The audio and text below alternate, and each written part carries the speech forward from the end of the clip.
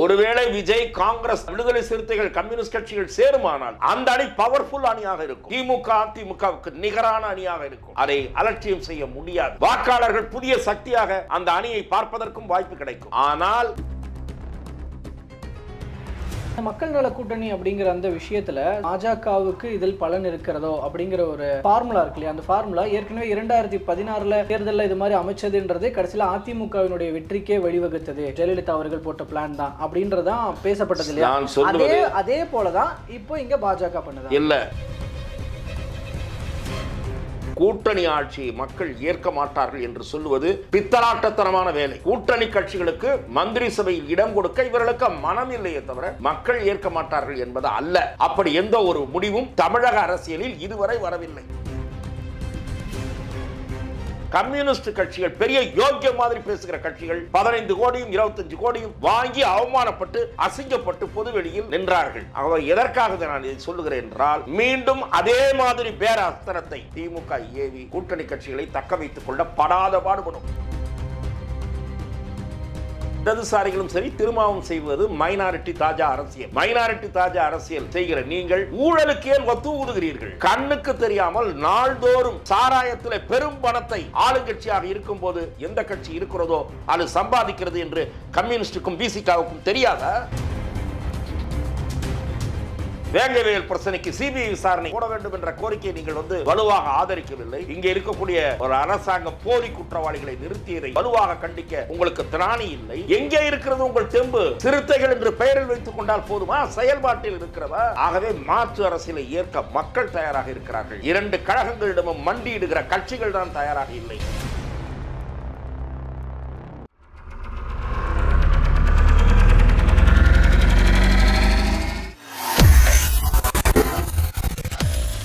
வேலை வேண்டுமா? Blue ocean இருக்கிறது. 10th 12th டிப்ளமோ டிகிரி படித்தவர்களுக்கு உணவு, தங்குமிடம், இஎஸ்ஐ, பிஎஃப், இன்சூரன்ஸ் உள்ளிட்ட சலுகைகளுடன் அனுபவத்திற்கேற்ற நல்ல சம்பளம் 15,000 முதல் 30,000 வரை. பெண்களுக்கு முன்னுரிமை. 2,000க்கும் மேற்பட்ட வேலை வாய்ப்புகள் உள்ளன. இப்போதே தொடர்பு கொள்ளுங்கள். Blue ocean.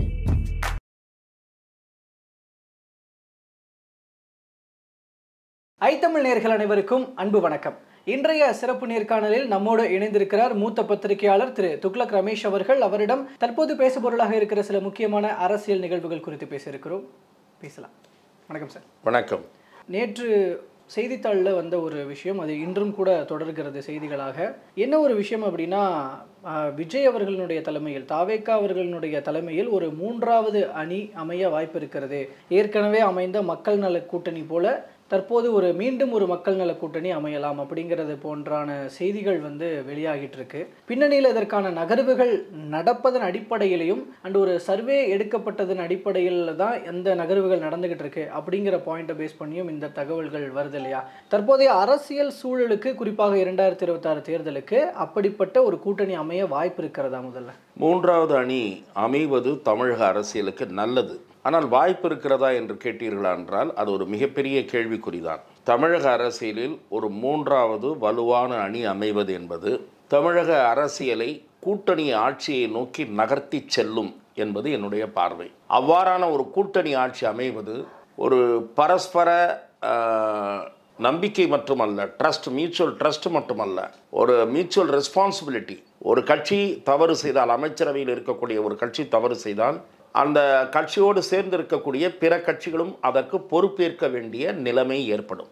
ஊழல் குறைவாக இருக்கும். அது முதல் விளைவாக இருக்கும். பெரிய ஊழலை செய்து எல்லோரும் பங்கு போட்டுக் கொள்ளலாம் என்றெல்லாம் நினைக்க மாட்டார்கள். குறைந்தபட்சம் மக்களுடைய அதிருப்திக்கு ஆளாகாமல் இந்த ஆட்சியில் தங்களுடைய அமைச்சருடைய பங்கு, தங்கள் அமைச்சர் துறையினுடைய செயல்பாடு சிறப்பாக இருந்தது என்ற பெயர் எடுக்கக்கூடிய அக்கறை குறைந்தபட்சம் முதல் ஓரிரு ஆண்டுகளுக்காவது இருக்கும். ஆகவே கூட்டணி அரசு என்பது தமிழக அரசியலுக்கு நல்லது.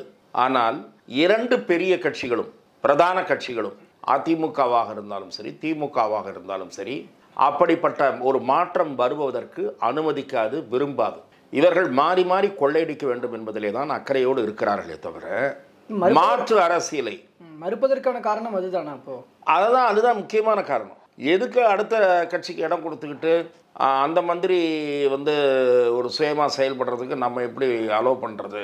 அதற்கு இவர்கள் சொல்லுகிற இந்த கூட்டணி ஆட்சிக்கு சம்மதிக்காததற்கு அவர்கள் சொல்லுகிற பொய்யான காரணம்தான் கூட்டணி அரசியலை, கூட்டணி ஆட்சியை தமிழக மக்கள் ஏற்க மாட்டார்கள். உங்கள் கட்சிக்கிட்ட வந்து சொல்லிட்டு போனானா, ஜனங்கள்லாம் ஓட்டர்ஸ்லாம் வந்து சொல்லிட்டு போனானா, என்ன கதை விடுறீங்க?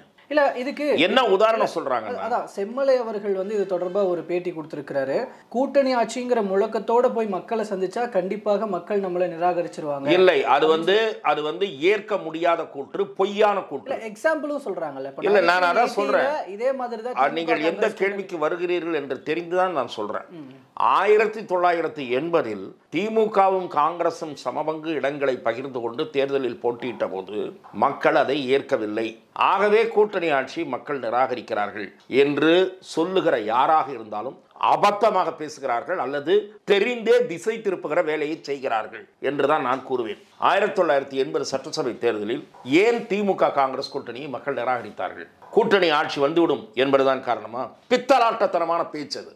1980 அப்போது ஆட்சியில் இருந்த எம்ஜிஆர் அவர்களுடைய ஆட்சி, மக்கள் திலகம் எம்ஜிஆர் அவர்களுடைய ஆட்சி அநியாயமாக காங்கிரஸ் கட்சியிடம் மண்டியிட்டு திமுக கலைக்க வைத்தது.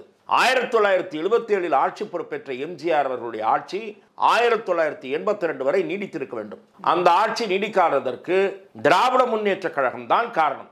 77 சட்டமன்ற தேர்தலில் வெற்றி பெற்று மக்களுடைய ஆதரவோடு ஆட்சி அமைத்த எம்ஜிஆர் அவர்களுடைய ஆட்சி 1980 நாடாளுமன்ற தேர்தலில் தோற்றுவிட்டது என்பதை காரணமாக வைத்துக் கொண்டு எந்த ஒரு ஊழல் குற்றச்சாட்டும் இல்லாத எம்ஜிஆர் ஆட்சியை கலைக்க வேண்டும் என்று சஞ்சய் காந்தியிடம் மன்றாடி திமுக அதிமுக ஆட்சியை கலைக்க வைத்தது. மக்களிடம் போய் எம்ஜிஆர் நியாயம் கேட்டார். ஒரே ஒரு கேள்வியைத்தான் அந்த தேர்தலில் எம்ஜிஆர் முன்வைத்தார். அந்த ஒற்றை கேள்வி தமிழ்நாட்டு வாக்காளர்களின் மனசாட்சியை உலுக்கியது. ஆகவே எம்ஜிஆர் மீண்டும் தேர்ந்தெடுக்கப்பட்டார். என்ன கேள்வி கேட்டார் எம்ஜிஆர்? நான் என்ன தவறு செய்தேன், என் ஆட்சி ஏன் கலைக்கப்பட்டது? இந்த ஒரு கேள்விதான். நான் சொத்து சேர்த்தேனா, ஊழல் செய்தேனா, லஞ்சம் வாங்கினேனா, எதற்காக என் ஆட்சியை கலைத்தார்கள் என்று எம்ஜிஆர் அவர்கள் கேட்ட கேள்விதான் மீண்டும் எம்ஜிஆர் அவர்களை பதவியில் கொண்டு வந்து உட்கார வைத்தது. ஆகவே அதிமுகவில் அந்த வரலாறை நன்கு தெரிந்த செம்மலை அவர்கள் எடப்பாடி பழனிசாமியை திருப்திப்படுத்துவதற்காக இந்த வாதத்தை முன்வைப்பது மக்களை ஏமாற்றுகிற வேலை, உங்களை நீங்களே ஏமாற்றிக் கொள்ளுகிற வேலை. ஆகவே திமுகவும் சரி அதிமுகவும் சரி கூட்டணி ஆட்சியை மக்கள் ஏற்க மாட்டார்கள் என்று சொல்லுவது பித்தலாட்டத்தனமான வேலை. கூட்டணி கட்சிகளுக்கு மந்திரி சபையில் இடம் கொடுக்க இவர்களுக்கு மனம் இல்லையே தவிர மக்கள் ஏற்க மாட்டார்கள் என்பது அல்ல. அப்படி எந்த ஒரு முடிவும் தமிழக அரசியலில் இதுவரை வரவில்லை. ஆகவே கூட்டணி ஆட்சி அமைவதற்கான வாய்ப்பு இப்போது உருவாகி இருக்கிறது. எப்படி என்றால், நீங்கள் சொன்ன மாதிரி ஒரு மூன்றாவது அணி அமைந்தால், விஜய் தலைமையில் ஒரு அணி உருவானால் தமிழகத்தில் தொங்கு சட்டசபை அமைவது உறுதி. எந்த கட்சிக்கும் மெஜாரிட்டி கிடைக்காது. ஒருவேளை விஜய், காங்கிரஸ், விடுதலை சிறுத்தைகள், கம்யூனிஸ்ட் கட்சிகள் சேருமா என்பது சந்தேகம். சேருமானால் அந்த அணி பவர்ஃபுல் அணியாக இருக்கும். திமுக அதிமுகவுக்கு நிகரான அணியாக இருக்கும். அதை அலட்சியம் செய்ய முடியாது. வாக்காளர்கள் புதிய சக்தியாக அந்த அணியை பார்ப்பதற்கும் வாய்ப்பு கிடைக்கும். ஆனால் அந்த மாதிரி ஒரு அணி உருவாகி விடக்கூடாது என்பதில் திமுக கவனமாக இருக்கும். கூட்டணி கட்சிகள் கேட்பதை கொடுத்து, பணம் கொடுத்து, தேர்தல் செலவுக்கு பொறுப்பேற்றுக் கொள்கிறோம் என்று சொல்லி கொடுத்ததுதான். நான் ஒன்றும் கதை கட்டவில்லை. கம்யூனிஸ்ட் கட்சிகள் திமுகவிடம் கை நீட்டி பணம் வாங்கியது உண்மை. அவர்களால் அதை மறைக்க முடியவில்லை.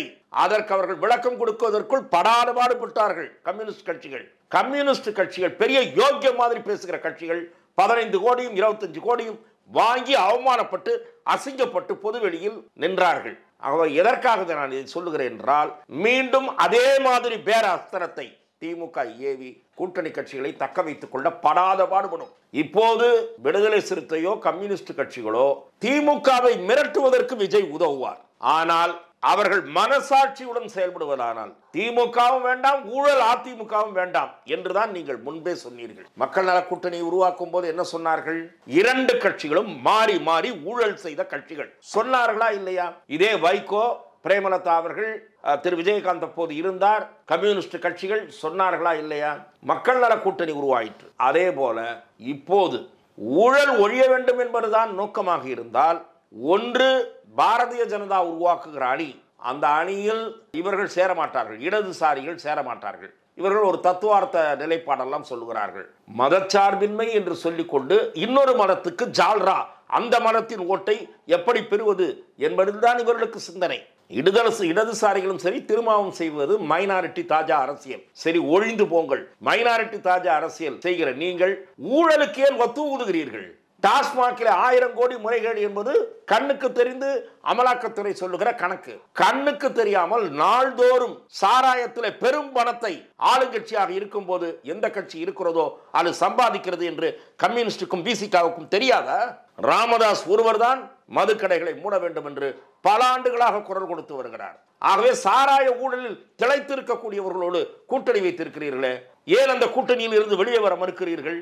எஸ், இப்போது எனக்கு இந்த இடத்துல தான் எனக்கு ஒரு கேள்வி என்ன வருதுன்னா, இப்போது திமுகவே ஆட்சி கட்டிலிருந்து இறக்க வேண்டும் அப்படிங்கிற ஒரு விஷயத்தை நோக்கி நகரும் பொழுது, அப்போது முன்னதாகவே மக்கள் நல கூட்டணி அப்படிங்கிறது தமிழ்நாட்டை பொறுத்த வரைக்கும் ஏற்கனவே ஒரு ஃபெயிலியர் அட்டெம்ப்ட் அப்படின்னு பார்க்கப்படுற சூழலும் கூட மீண்டும் அதே போன்ற ஒரு பேச்சு எழுந்திருப்பது அப்படிங்கிறது ஒன்று திமுக கூட்டணியை சிதைத்து விட வேண்டும் அப்படின்ற ஒரு விஷயத்தினால, அண்ட் மோரோவர் குறிப்பாக இந்த ஒரு காரணத்தின் முக்கியமாக கூட்டணி ஆட்சி என்ற ஒரு நிலைக்கு தமிழக அரசியலை தள்ள வேண்டும்ன்ற ஒரு விஷயத்தோட, குறிப்பாக மத்தியில் இருக்கிற ஆளும் அரசாங்கத்தால் கிளப்பப்பட்டிருக்கிற ஒரு விஷயமா இல்லை. நான் அப்படி பார்க்கவில்லை. இல்லை, நான் அப்படி பார்க்கவில்லை. நான் அது யார் ஸ்ட்ராட்டஜி என்றெல்லாம் எனக்கு நான் அந்த ஆராய்ச்சியில் ஈடுபட விரும்பவில்லை.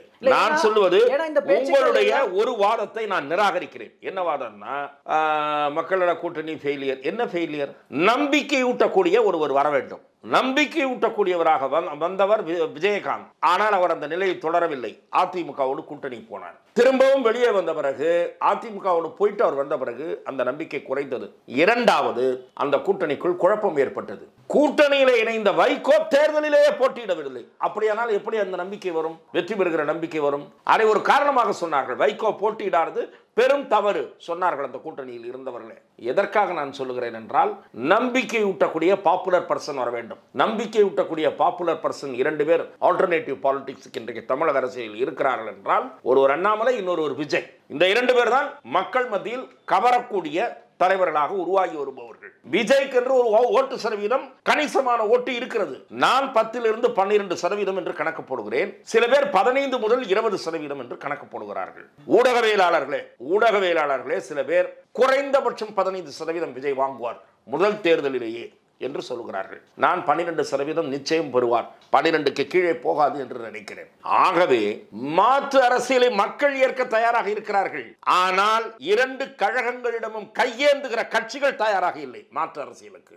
2 கழகங்களின் வாசலிலும் நின்று கையேந்தி கொண்டிருக்கிற கட்சிகள், சீட்டு பிச்சைக்கு நிற்கிற கட்சிகள் மாற்று அரசியலுக்கு தயாராக இல்லை. சொன்னால் நண்பர் திருமாவளவனுக்கு கோபம் வருகிறது. எங்களுக்கு அரசியல் தெரியும், சில பேர் பாடம் நடத்துகிறார்கள் என்றெல்லாம் சொல்லுகிறார்கள். குறைந்தபட்சம் அந்த வேங்கவேல் பிரச்சனையில் உறக்க கூட பேச முடியவில்லை. உங்களுக்கு என்ன திடீரென்று ரோஷம் வருகிறது? வேங்கவேல் பிரச்சனைக்கு சிபிஐ விசாரணை போட வேண்டும் என்ற கோரிக்கையை நீங்கள் வலுவாக ஆதரிக்கவில்லை. இங்கே இருக்கக்கூடிய ஒரு அரசாங்கம் போலி குற்றவாளிகளை நிறுத்தியதை வலுவாக கண்டிக்க உங்களுக்கு திராணி இல்லை.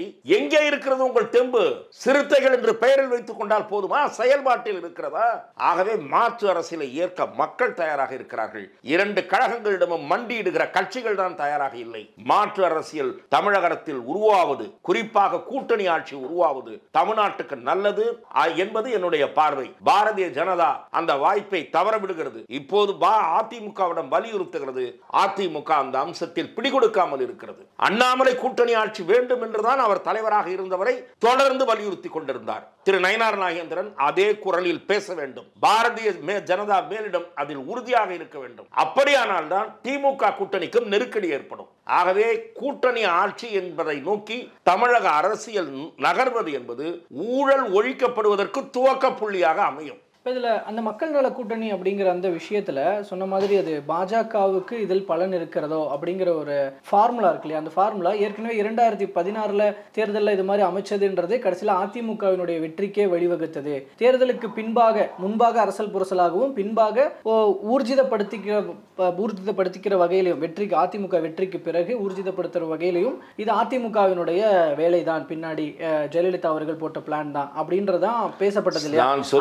அதே போலதான் இப்போ இங்க பாஜக பண்ணுதா? இல்ல, திராவிட முன்னேற்ற கழகத்தில் கலைஞர் கருணாநிதி அவர்கள் மிகப்பெரிய ஆளுமையாக, அரசியல் ஆளுமையாக, தமிழ்நாட்டு அரசியலில் ஒரு 3/4 நூற்றாண்டு காலம் மைய புள்ளியாக இருந்த ஒரு மிகப்பெரிய ஆளுமை. அதே போல எம்ஜிஆர் காலத்தை விட, மக்கள் திலகம் எம்ஜிஆர் அவர்கள் காலத்தை விட மிக வலிமையான இயக்கமாக அண்ணா திராவிட முன்னேற்ற கழகத்தை வளர்த்தவர், அகில இந்திய அளவில் 3வது பெரிய கட்சியாக கொண்டு வந்தவர் செல்வி ஜெயலலிதா.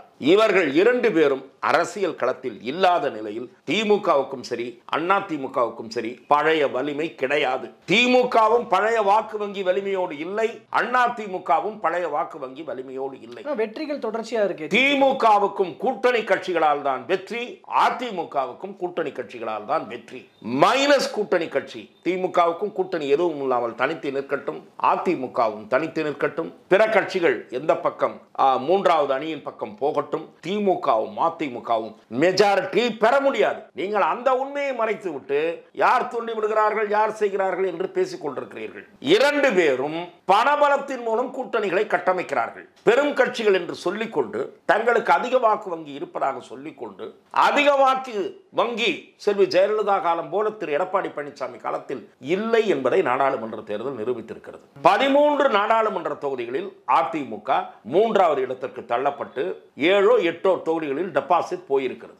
ஆகவே பழைய வலிமை கிடையாது. திமுகவும் கூட்டணி கட்சிகள் கழண்டுச்சுன்னு வச்சுங்க, திமுக அதிமுக நேரடி போட்டியில் திமுக சில தொகுதிகளில் தோற்கும், அதிமுக சில தொகுதிகளில் தோற்கும். 3வது அணி வலிமையாக உருவானால் அந்த அணி சில தொகுதிகளில் வெற்றி பெறும். ஆகவே இவர்கள் பழைய காலத்தில் போல எம்ஜிஆர் அவர்களோ கலைஞர் அவர்களோ செல்வி ஜெயலலிதா அவர்களைப் போல வலிமையான தலைவர்கள் அல்ல என்பதுதான் கள யதார்த்த நிலை. அதிமுக பாஜக கூட்டணி அமைஞ்சதிலிருந்து ஒவ்வொரு கோணத்திலும் சில விஷயங்கள் பேசப்பட்டு வந்தாலும் இப்போ இந்த கூட்டணி ஆட்சி அப்படிங்கிறத மையப்படுத்தி பாஜக ஒரு பக்கம் பேசிகிட்டே இருக்கிறாங்க, ஆனால் அதிமுக அதில் மௌனமாகவே இருக்கிறாங்க அப்படிங்கிற ஒரு பார்வை இருக்கு இல்லையா? மோரோவர் பாஜகவிலிருந்து இது தொடர்ந்து பேசிக்கிட்டே இருக்கும் பொழுது அது அதிமுக தலைமைக்கு ஒருவித கோபத்தையோ அல்லது டென்ஷனையோ கிளப்பிக்கிட்டு இருக்கு அப்படிங்கிற தகவல்கள் கிடைக்க பெற முடியுது இல்லையா? அப்போது இந்த இடத்துல திரும்பவும் ஒரு அதாவது கூட்டணிக்கு வந்திருக்கிற அதிமுகவை தங்களுடைய செயல்பாடுகளாலேயே பிரிந்து போக வைத்து விடுவார்களா பாஜகவினர் அப்படிங்கிற ஒரு விஷயம், குறிப்பாக அண்ணாமலை அவர்களுடைய பேச்சு. இல்லை, திரு அண்ணாமலை அவர்கள் அவர் பேசிய கான்டெக்ஸ்ட் அவுட் ஆஃப் ப்ரொபோர்ஷனலில் பெரிதுபடுத்தப்பட்டிருக்கிறது. ஒரு பாரதிய ஜனதா காரியகர்த்தாவாக ஊழியனாக தமிழ்நாட்டில் பாரதிய ஜனதா கட்சி ஆட்சி வர வேண்டும் என்பதுதான் என்னுடைய விருப்பம் என்று சொல்கிறார். தமிழ்நாடு காங்கிரஸ் தலைவர் செல்வ பெருந்தகை கூட 2 நாட்களுக்கு முன்னாடி சொல்லியிருக்கிறார், தமிழ்நாட்டில் காமராஜர் ஆட்சி அமைய வேண்டும் என்பதுதான் எங்களுடைய விருப்பம் என்று சொல்லியிருக்கிறார். அதன் காரணமாக அவர் திமுக காங்கிரஸ் சேர்ந்திருப்பதற்கு எதிராக பேசுகிறார் என்று பொருளா? அதிமுக கூட்டணியை நான் ஏற்கவில்லை என்று அண்ணாமலை சொன்னாரா அந்த பேட்டியில்? அப்படி அல்ல. கட்சி என்ன முடிவெடுக்கிறதோ நான் அதற்கு கட்டுப்படுவேன். நீங்கள் கூட்டணி ஆட்சியா என்று கேட்கிறீர்கள், என்னை கேட்டால் பாரதிய ஜனதா ஆட்சி வர வேண்டும் என்பதுதான் என்னுடைய விருப்பம். இதுதான் அவருடைய ஸ்டேட்மெண்ட். ஆக பாஜக அதிமுக கூட்டணி உருவாகிவிட்டது. மாண்புமிகு மத்திய உள்துறை அமைச்சர் திரு அமித்ஷா அவர்கள் 2 முறை, ஒரு முறை சென்னையிலும் ஒரு முறை மதுரையிலும் பேசும்போது அந்த கூட்டங்களில் தேசிய ஜனநாயக கூட்டணி ஆட்சி 2026 தமிழ்நாட்டில் அமையும், திமுக ஆட்சியில் இருந்து அப்புறப்படுத்தப்படும் என்று சொன்னார். தேசிய ஜனநாயக கூட்டணி ஆட்சி அமையும் என்று அவர் சொன்னது அதிமுகவுடன் சேர்ந்து நாங்கள் கூட்டணி மந்திரி சபை அமைப்போம் என்ற பொருள்படத்தான் என்று பல ஊடகத்துறையைச் சேர்ந்த நண்பர்கள் குறிப்பிடுகிறார்கள். திரு எடப்பாடி பழனிசாமியை சேர்ந்த அதிமுகவை சேர்ந்த முன்னாள் அமைச்சர்கள் 1-2 பேர் தேசிய ஜனநாயக கூட்டணி ஆட்சி என்றால் கூட்டணி ஆட்சி என்ற பொருள் அல்ல, தேசிய ஜனநாயக கூட்டணி கமா ஆட்சி அமைக்கும் என்று கமா போடுகிறார்கள். ஆக கூட்டணி ஆட்சியை பாஜக விரும்புகிறதா அல்லது இந்த கூட்டணி இங்கே ஆட்சி அமைப்பதை விரும்புகிறதா என்பதை பாரதிய ஜனதா மேலிடம்தான் மிக தெளிவாக கூற வேண்டும். அது அநேகமாக பேச்சுவார்த்தைகள் நடைபெறுகிற போது நம்மால் தெரிந்து கொள்ள முடியும். ஆனால் அதிமுக அதை விரும்பவில்லை என்பது நீங்கள் கூறுவதைப் போல உண்மை. அதிருப்தி அடைந்திருக்கிறதா இல்லையா என்பது நமக்கு தெரியாது. பத்திரிகைகளிலே யூகங்களை வெளியிட்டுக் கொண்டிருக்கிறார்கள். என்னை பொறுத்தவரை அதிமுக கூட்டணி ஆட்சிக்கு சம்மதிக்காது. ஆனால் இடப்பகிர்வு, இன்னும் கூட்டணி வலுவான கூட்டணியே அமையவில்லை. அதிமுக வலுவான கூட்டணி அமையும் என்று சொன்னார்களா இல்லையா? என்ன முயற்சியை இதுவரை எடுத்தார்கள்? தயவு செய்து சொல்ல வேண்டும். அதிமுகவினுடைய பொதுச் செயலாளர் திரு எடப்பாடி பழனிசாமி நேரடியாகவோ அல்லது அவர் சார்பாக எந்த பிரதிநிதியோ எந்த ஒரு கட்சியிடமாவது பாஜக தவிர இதுவரை பேசி இருக்கிறார்களா? பேசாமல் எப்படி வலுவான கூட்டணி அமையும்? ரகசிய பேச்சுவார்த்தை நடந்து கொண்டிருக்கிறது என்று சொல்ல போகிறாரா? பாட்டாளி மக்கள் கட்சியிலேயே சண்டை மோதல், இப்போது ஏற்பட்டிருக்கக்கூடிய மோதல் பிளவை நோக்கி அந்த கட்சி போய்கொண்டிருக்கிறதோ என்ற சூழல் ஏற்பட்டிருக்கிறது. குறைந்தபட்சம் திருமாவளவனாவது கருத்து சொல்லி இருக்கிறார். பாமகவில் ஏற்பட்டிருக்கிற நிலைமை சீராகிவிடும் என்று நம்பி இருக்கிறேன் என்று சொல்லியிருக்கிறார். அந்த மாதிரியாவது திரு எடப்பாடி பழனிசாமி சொன்னாங்க. ஆகவே யார் வரப்போகிறார்கள் என்பதை தெரியவில்லை. பாஜக பார்த்து கொள்ளும் என்று திரு எடப்பாடி பழனிசாமி உட்கார்ந்திருக்கிறாரா என்று தெரியவில்லை. ஒருவேளை திரு விஜயுடன் யாரும் சேரவில்லை என்றால் விஜய் கடைசி கட்டத்தில் தன் பக்கம் வருவார் என்று இலவு காத்த கிளியை போல காத்துக் கொண்டிருக்கிறாரா என்பதும் தெரியவில்லை. என்னை பொறுத்தவரை திரு புஷி ஆனந்த் அவர்கள் விஜய் தலைமையில் தான் ஆட்சி என்பதை போகிற இடங்களில் எல்லாம் பேசிக் கொண்டிருக்கிறார். அதிலிருந்து பல்ட்டி அடித்து திரு எடப்பாடி பழனிசாமி ஆட்சி என்று விஜய் சொல்லுவாரா?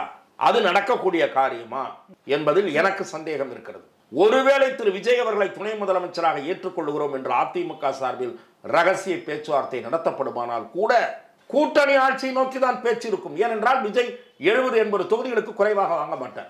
அப்படியானால் என்ன செய்வீர்கள்? ஆகவே நான் சொல்லுகிறேன், தேர்தல் கூட்டணி அதிமுகவுக்கு இன்னும் வலிமை அடையவில்லை.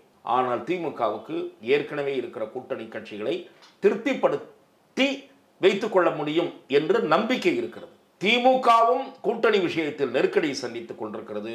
அதிமுக கூட்டணியை உருவாக்குவதே ஒரு சவாலாக காத்துக்கொண்டு வெயிட் பண்ணி கொண்டிருக்கிறது. இதுதான் இப்போது இருக்கக்கூடிய நிலை. அதிமுக அத்தகைய சவாலாக சூழல் அமையறதுக்கு காரணமே பாஜகவுடனான கூட்டணி அப்படிங்கிறது தானே இங்க வியூவா இருக்கு. பாஜக கூட கூட்டணி இல்லாம இருந்திருந்தா இன்னைக்கு அதிமுக பாஜகவுடன் கூட்டணி கிடையாது. 2024 தேர்தலில் எடுத்த நிலை 2026 தொடரும், 2029 தொடரும் என்று சொன்னவர் யார்? எடப்பாடி பழனிசாமி அவர்கள். அந்த நிலையிலிருந்து ஏன் மாறினார்? அதை அவரிடம் கேட்க வேண்டும். நீங்கள் சொல்லுவது பாஜகவுடன் சேர்ந்ததால் தான் என்று சொல்வதை நான் நிராகரிக்கிறேன். பாமக வராததற்கு காரணம் பாமகவில் ஏற்பட்டிருக்கக்கூடிய அதிகார மோதல், குடும்ப அதிகார மோதல். அதனால இப்ப அது முடிவுக்கு வராதனால இன்னும் அவங்க உங்ககிட்ட வரல. உங்களோடு ஏற்கனவே இருந்த தேமுதிகவை ராஜ்யசபா சீட் தராமல் நீங்கள் ஏமாற்றி விட்டதால் அவர்கள் உங்களோடு வரல. இதுக்கெல்லாம் பாஜகவா காரணம்? நீங்கள் பதில் சொல்ல வேண்டும். எஸ்டிபிஐ போனதுக்கு பாஜக இல்ல, எஸ்டிபிஐ ஆமா, அவர்கள் நீங்கள் பாஜகவை இவர்கள் மதவாத கட்சி என்று முத்திரை கொடுத்துகிறார்கள். கம்யூனிஸ்டோ விசிகாவோ. எஸ்டிபி என்ன மதசார்பற்ற கட்சியா? பெயரிலேயே இஸ்லாமிய கட்சியை தாங்கி இருக்கக்கூடிய முஸ்லீம் லீக் மதசார்பற்ற கட்சியா திமுக அணியில் இருப்பது? ஆகவே இதையெல்லாம் கவைக்குதவாத வாதங்கள். ஆகவே பாஜகவால் உங்களை விட்டு யாரும் போகவில்லை. தேமுதிகவுக்கு நீங்கள் கொடுத்த வாக்குறுதியை நிறைவேற்றாததால் அவர்கள் வரவில்லை. பாரதிய ஜனதாவில் ஏற்கனவே இருக்கக்கூடிய பாமக அதே அணியில் நீடிக்குமா இல்லையா என்பது ஏற்பட்டிருக்கிற குழப்பத்திற்கு காரணம் அவர்களுடைய தலைமை குடும்பத்தில் ஏற்பட்டிருக்கக்கூடிய அதிகார மோதல். இதுல எந்த விதத்திலும் பாஜகவுடைய பங்களிப்பே கிடையாது. நீங்கள் தான் உங்கள் தொண்டர்களிடம் சொல்லிக் கொண்டிருந்தீர்கள், வலுவான கூட்டணியை நான் கட்டமைத்து விடுவேன் என்று நீங்கள் தான் சொன்னீர்களே தவிர பாஜக சொல்லவில்லை. பாரதிய ஜனதா ஒவ்வொரு கட்சிக்கும் அழைப்பு விடுத்துக் கொண்டிருக்கிறது. இன்றைய தேதியில் அதிமுக பாஜக அணி பலவீனமாக காட்சியளிக்கிறது. இதுல ஒருவேளை நீங்க சொன்னது போல கடைசியா விஜய் அவர்கள் அதிமுகவோடு சேருகிறார் அப்படின்னு சொன்னீங்க இல்லையா? ஒருவேளை அப்படி காத்து கொண்டிருக்கிறாரோ? ஆமா, அந்த காத்திருப்பின் முடிவில் சேரும் பட்சத்தில் பாஜகவோடு அந்த கூட்டணியிலிருந்து வெளியே வந்து விடுங்கள், நம்ம கூட்டணி வச்சுக்கலாம்னு சொல்வதற்கான வாய்ப்புகள் அதிகம் தாவேகா தரப்பிலிருந்து அப்படிங்கிற ஒரு கூற்று வைக்கப்படுது இல்லையா? அது சாத்தியப்படும் நினைக்கிறீங்களா? சில ஊடகவியலாளர்களும் அரசியல் விமர்சகர்களும் இம்மாதிரி ஒரு வாய்ப்பு இருப்பதாக கணிக்கிறார்கள். நான் அதை நிராகரிக்கவில்லை. தாவேகா தரப்பிலிருந்து பாரதிய ஜனதாவுடன் நீங்கள் கூட்டு வைத்திருப்பது நிச்சயமாக எங்களால் ஏற்றுக்கொள்ள இயலாது.